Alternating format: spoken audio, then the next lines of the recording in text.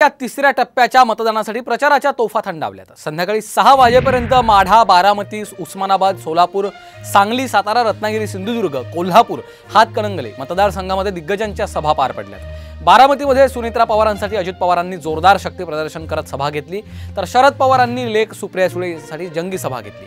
लोकसभेच्या या 11 जागांसाठी 7 मे रोजी मतदान पार पडणार आहे।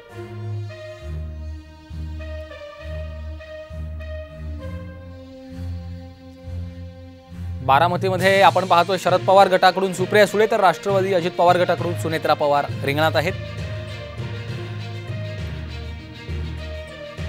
धाराशिवमध्ये राष्ट्रवादीकडून अर्चना पाटील तर ठाकरे गटाकडून ओमराजे निंबाळकर अशी लढत होणार आहे।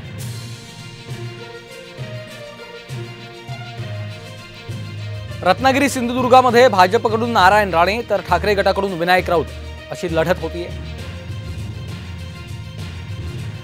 माढ्यामध्ये भाजपकडून रणजितसिंह नाईक निंबाळकर विरुद्ध शरद पवार गटाचे धैर्यशील मोहिते पाटील अशी लढत होती।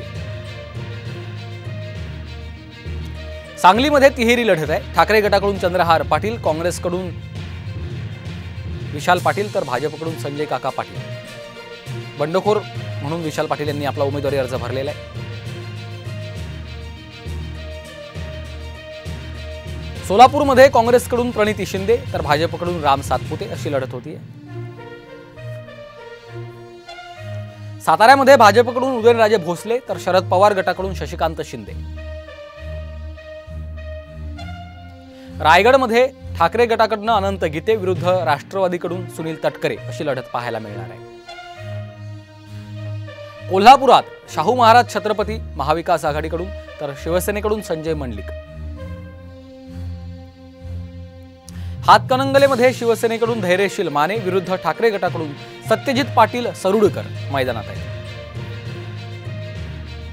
लातूरमध्ये भाजपकडून सुधाकर शृंगारे विरुद्ध काँग्रेसकडून शिवाजीराव काळगे मैदानात आहेत।